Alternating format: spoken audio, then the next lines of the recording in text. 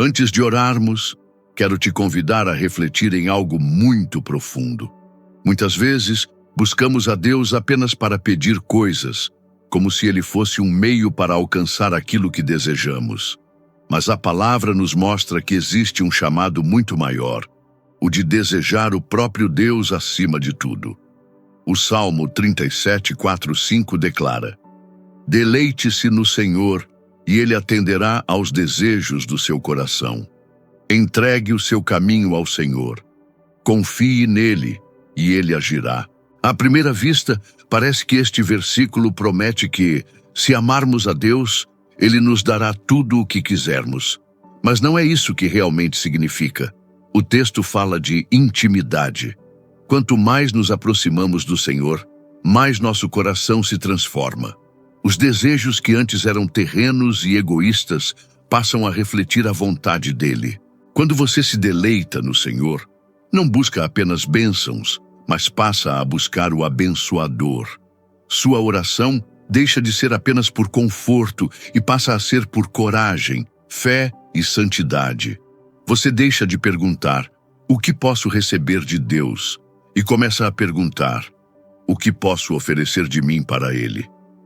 É nesse ponto que acontece a verdadeira mudança. Seu coração passa a pulsar no ritmo do coração de Deus. Seus desejos se alinham com os dele, e você começa a ansiar pelo que realmente importa. Se você deseja ter esse coração alinhado ao Senhor, escreva nos comentários: Senhor, transforma os meus desejos. Quando entregamos nosso caminho ao Senhor, como diz a palavra, não estamos apenas fazendo uma oração rápida ou repetindo palavras bonitas. Entregar o caminho significa render a vida inteira. Planos, sonhos, medos, feridas, passado e futuro. É abrir mão do controle e dizer: Senhor, não quero mais viver a minha maneira, mas segundo a tua vontade. Esse ato de entrega é um dos maiores desafios do cristão, porque nossa natureza insiste em querer decidir sozinha, em carregar fardos que não fomos chamados para carregar. Mas quando realmente confiamos em Deus, experimentamos algo sobrenatural. O peso da preocupação é trocado pela paz que excede todo entendimento. Muitos vivem ansiosos, tentando encontrar respostas em todos os lugares. Mas a Bíblia nos lembra, em Filipenses 4, 6, 7, não andem ansiosos por coisa alguma, mas em tudo, pela oração e súplicas, e com ação de graças, apresentem seus pedidos a Deus. E a paz de Deus, que excede todo entendimento, guardará os seus corações e as suas mentes em Cristo Jesus. Perceba, a promessa não é que Deus sempre vai nos dar exatamente o que pedimos, mas que Ele nos dará paz enquanto caminhamos com Ele. Uma paz que não depende de circunstâncias externas, mas que flui diretamente do coração de Deus para o nosso. Se você deseja essa paz que guarda a mente e o coração, escreva nos comentários: eu confio no Senhor. A fé verdadeira não se resume a acreditar que Deus pode fazer milagres, mas a confiar nele mesmo quando o milagre ainda não chegou. É fácil adorar quando tudo vai bem, mas a maior prova de fé é continuar firme quando as respostas parecem atrasar, quando o silêncio de Deus parece nos cercar. É nesse lugar de silêncio que muitos desistem, mas também é nele que os verdadeiros adoradores se levantam. A fé não é baseada em emoções passageiras, mas em uma convicção profunda de que Deus é fiel e nunca falha. Hebreus 11:1 nos lembra: ora, a fé é a certeza daquilo que esperamos e a prova das coisas que não vemos. Você já percebeu que os maiores heróis da fé na Bíblia não receberam todas as respostas imediatamente? Abraão esperou anos pela promessa.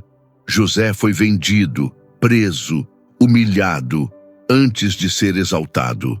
Davi foi ungido rei, mas ainda precisou enfrentar perseguições antes de sentar-se no trono.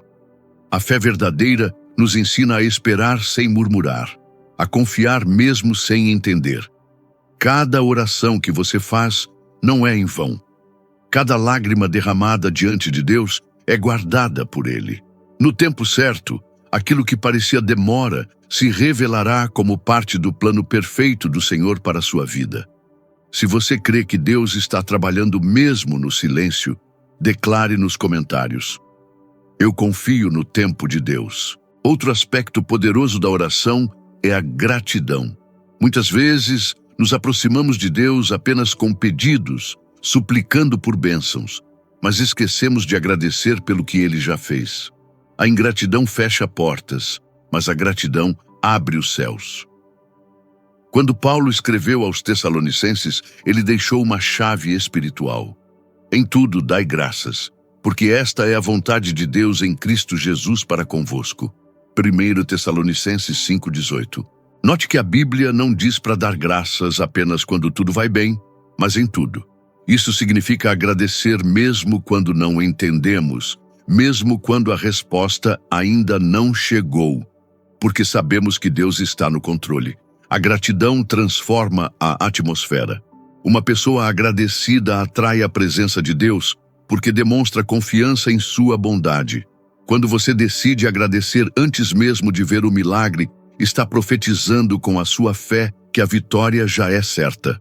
Faça uma pausa agora e lembre-se de 3 coisas pelas quais você pode agradecer a Deus neste momento.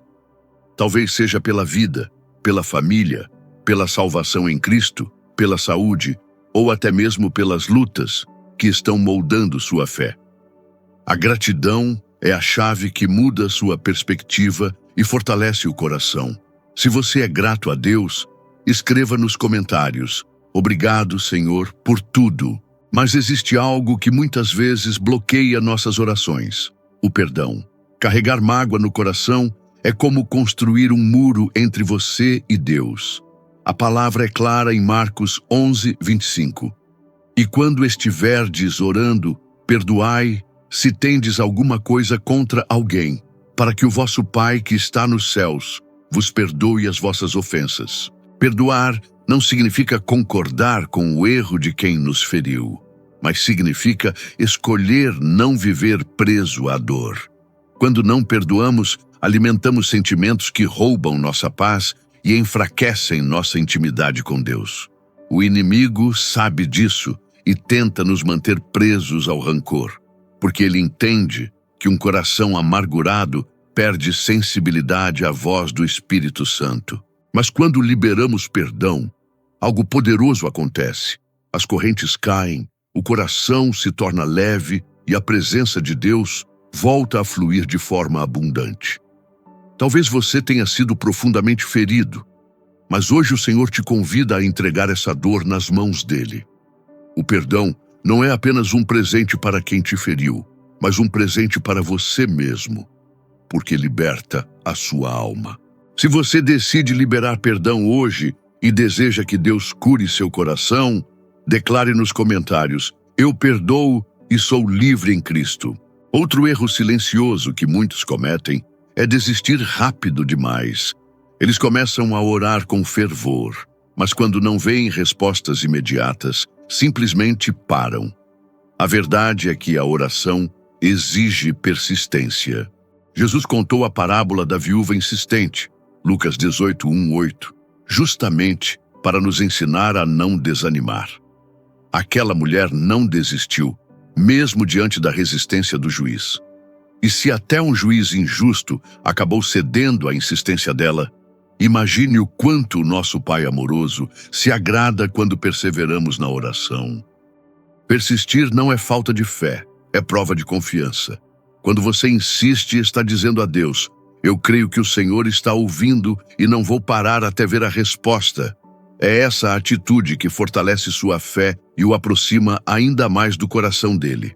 Lembre-se, a resposta pode não vir no seu tempo, mas virá no tempo perfeito de Deus.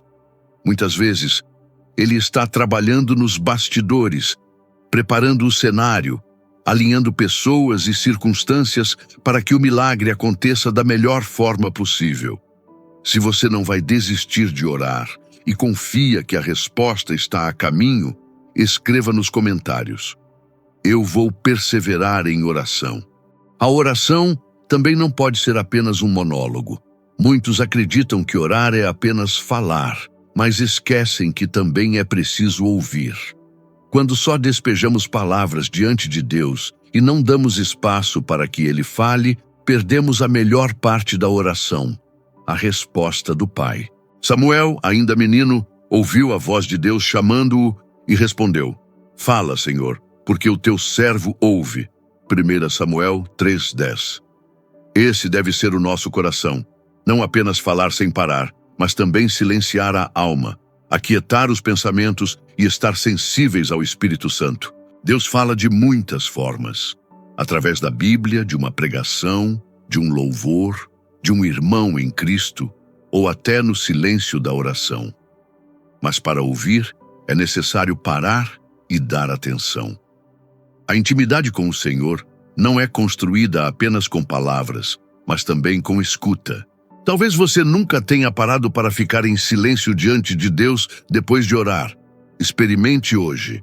Ore, mas depois permaneça quieto por alguns minutos, permitindo que Ele ministre no seu coração. Muitas respostas que você procura podem estar nesse silêncio. Se você deseja aprender a ouvir mais a voz de Deus, escreva nos comentários: Senhor, fala que teu servo ouve. Se algum desses erros tem feito parte da sua vida de oração, hoje é o momento de mudar. Deus não deseja ver você orando por obrigação, sem fé, guardando mágoa ou desistindo cedo demais. Ele é Pai amoroso e quer restaurar sua intimidade, abrir caminhos e derramar respostas sobre sua vida. A boa notícia é que nunca é tarde para recomeçar. Não importa se você passou anos orando de forma mecânica ou com o coração pesado, o Senhor está pronto para ouvir sua voz hoje mesmo. Ele não rejeita um coração quebrantado, e a cada oração sincera, os céus se movem a seu favor. A partir de agora, decida buscar a Deus com um novo coração. Ore com fé, libere perdão, seja persistente e, principalmente, aprenda a ouvir a voz do Espírito Santo. Quando essas 4 chaves se tornam parte da sua vida de oração, milagres começam a acontecer, portas se abrem e a presença de Deus se torna real como nunca antes. Se você crê que hoje começa um novo tempo de oração na sua vida, declare nos comentários: Hoje eu recomeço com Deus.